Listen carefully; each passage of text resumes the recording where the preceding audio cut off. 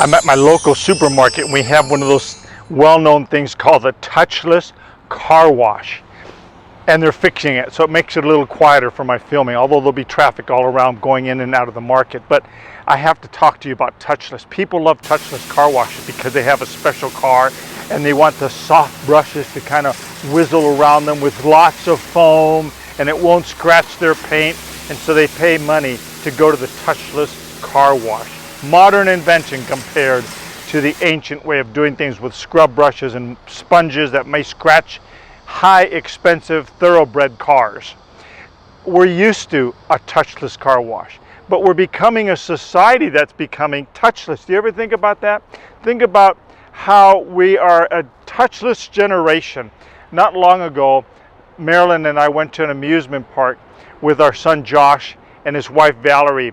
Six Flags over Texas kind of deal, but it was in California, called Magic Mountain. And as we were there, I was kind of noticing, it was a perfect place to notice it because it was everybody in the same place at the same time. And where instead of you're watching your children or your grandchildren or your friends that you're with there, or just taking in the scenery of the park, nope, people were interested in looking at their phone. And they're there in the midst of fun and adventure, and not just some, almost 70% that I noticed were looking at their phone, doing something with it, ignoring those around them. And so it's that just natural. One time Marilyn and I were at the Alamo and we walked across the street to a hotel lobby where there's a waterfall. It's all part of the ambience.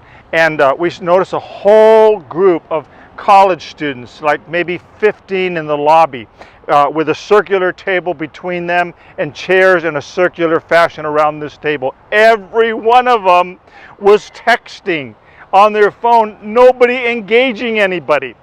The story that is the most amazing. My wife and I had just finished a Bible study in a home, and there was a young couple that had come as visitors. They were new to us, and they were like maybe early 20s, and they were loving each other. They were planning to get married from the understanding that we had.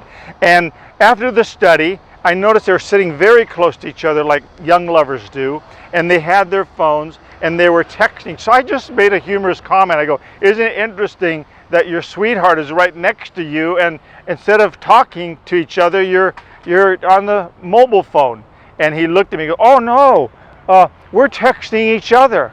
That got it to me. I go, you mean to tell me she's that close and you are texting each other? It's a touchless society. We're living in a touchless society, and it's getting worse. Now there's social distancing. There's the removal of people close to people. I came to this area years ago, and by the grace of God, inspired by the Holy Spirit, myself and 3 other men founded Living Water Fellowship. It's 18 years old. It's still going today by the grace of God. And we, because of my personality and being one of the pioneering founding pastors, we decided we're going to be a touch and feeling church. We're going to hug. I'm a hugger. I hug. I was raised in a hugging family with a mom and dad from Mexico, Spanish descent. So it's easy for me to hug. So it's there. But now in our social distancing climate, it's really interesting to see, because on Sunday when you go to hug somebody, they'll start immediately like, yes, it's time to hug, but they'll stop themselves and they'll have this kind of look like, is it okay if I hug you? Absolutely, hug me. My hugger's not broken. And so we trust God, we hug each other. I love the fact that we can touch. There's something special about still touching. Touching your husband, touching your wife, touching your children and grandchildren, touching friends, greeting people. The day is coming that people may not even shake hands. I was talking to a nurse just recently in a very locked down kind of facility, and she says it's getting to the place where I doubt if in the future people will touch hands by shaking hands. It'll be touchless even with business partners, business and strangers and things like that. We won't trust to touch. We've got to get over that. There's a danger. I think it's psychologically damaging not being able to touch. Jesus instinctively put that in humans to have people love and touch. We know those stories of the babies that end up dying because they didn't get a lot of touch. They've done studies on that where children need to be touched. We're big children. We still need to be touched.